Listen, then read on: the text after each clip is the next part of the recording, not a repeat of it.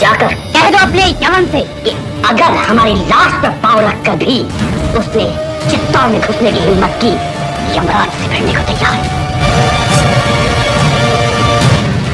आग से खेलोगे हाथ जल जाएगा, और हमसे खेलोगे तो पूरे जलकर खाक हो जाओगे। इतना खून बहना चाहिए कि वो जमीन सुर्ख लाल हो जाए।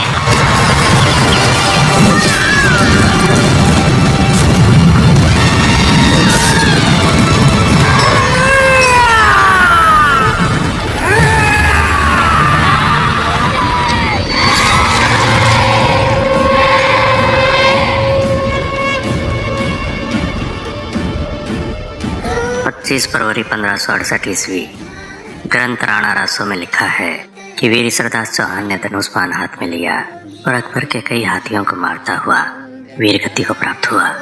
फिर वारणा के सामंत भोजराज चौहान हाथ में तलवार लेकर शत्रुओं से भिड़ गया। जब वह शत्रुओं से लड़ते लड़ते वीर गति को प्राप्त हो गया तो अंत में वीर पत्ता चंडावत ने क्रुद्ध होकर तलवार उठाई और मुगल सेना पर टूट पड़ा।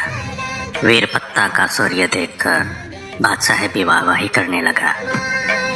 एक मुगल इतिहासकार ने लिखा है कि पत्ता चंडावत मुगल सेना के लिए साक्षात काल बन चुका था।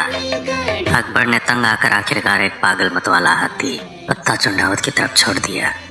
गोविंद श्याम मंदिर के पास उस हाथी ने खून से लथपथ रावत पत्ता चंडावत को सूंड से उठाकर जमीन पर पटक दिया। हाथी द्वारा जमीन पर पटके जाने से रावत पत्ता चंडावत बुरी तरह घायल हुए। घायल पत्ता चंडावत को हाथी ने सूंड से उठाया और अकबर की ओर ले गया। रावत पत्ता चंडावत अकबर से कुछ कहने ही वाले थे कि तभी वे वीरगति को प्राप्त हुए। अकबर के बयान पर अबुल फजल अकबरनामा में लिखता है कि जब मैं गोविंद श्याम मंदिर पर पहुंचा तब एक महावत हाथी की सूंड में एक शख्स को लपेटे मेरे सामने लाया।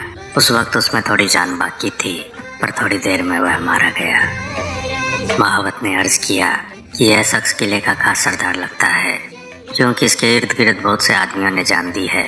दरियाफ्त करने पर मालूम हुआ कि वह नामी सरदार पत्ता चंडावत था। चित्तौड़ के सभी द्वारों में से रामपोल अधिक विशेष है, क्योंकि इस द्वार पर कई शिलालेख लिखे गए हैं और यह द्वार अन्य द्वारों की अपेक्षा अधिक सुंदर है। रामपोल में प्रवेश करते ही सामने की तरफ लगभग 40 कदम की दूरी पर रावत पत्ता चंडावत के स्मारक का पत्थर है, जहाँ उनकी छतरी बनी हुई है। इसी स्थान पर रावत पत्ता चंडावत वीरगति को प्राप्त हुए थे। यहाँ पहले छतरी के स्थान पर केवल चबूतरा ही था, बाद में छतरी भी बनवा दी गई। प्रतिदिन यहाँ रावत पत्ता की पूजा देवताओं के समान होती है। कहीं मुगल कटे यहाँ गज कटे, कहीं शीश गिरे यहाँ कुंभ फटे। मुगलों संग गज थर थर कांपे, जद पत्ता चंडावत तलवार चलावे। अबुल फजल अकबरनामा में लिखता है कि पत्ता चंडावत सबसे आखिर में कत्ल हुआ। अकबर ने फतेहनामा चित्तौड़ में रावत पत्ता चंडावत की तुलना 1000 घुड़सवारों से की है। रावत पत्ता चंडावत के बाद उनके पुत्र रावत करण सिंह आमेट की गद्दी पर बैठे। रावत पत्ता चंडावत के चौथे पुत्र शेखा सिंह चंडावत के पुत्र दलपत सिंह चंडावत को महाराणा राज सिंह जी ने लसाणी की जागीर प्रदान की।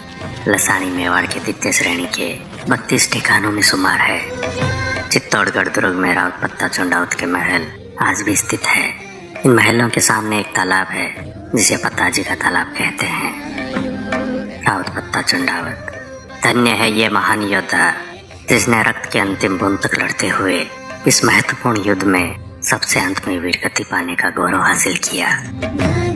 अगले भाग में अकबर द्वारा चित्तौड़गढ़ दुर्ग में करवाए गए भीषण नरसंहार व विभिन्न इतिहासकारों द्वारा इस नरसंहार पर की गई टिप्पणियों के बारे में बताया जाएगा। दोस्तों, आपको हमारा यह वीडियो कैसा लगा? कृपया लाइक एवं कमेंट जरूर करें।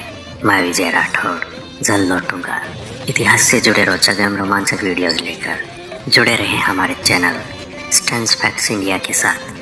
धन्यवाद।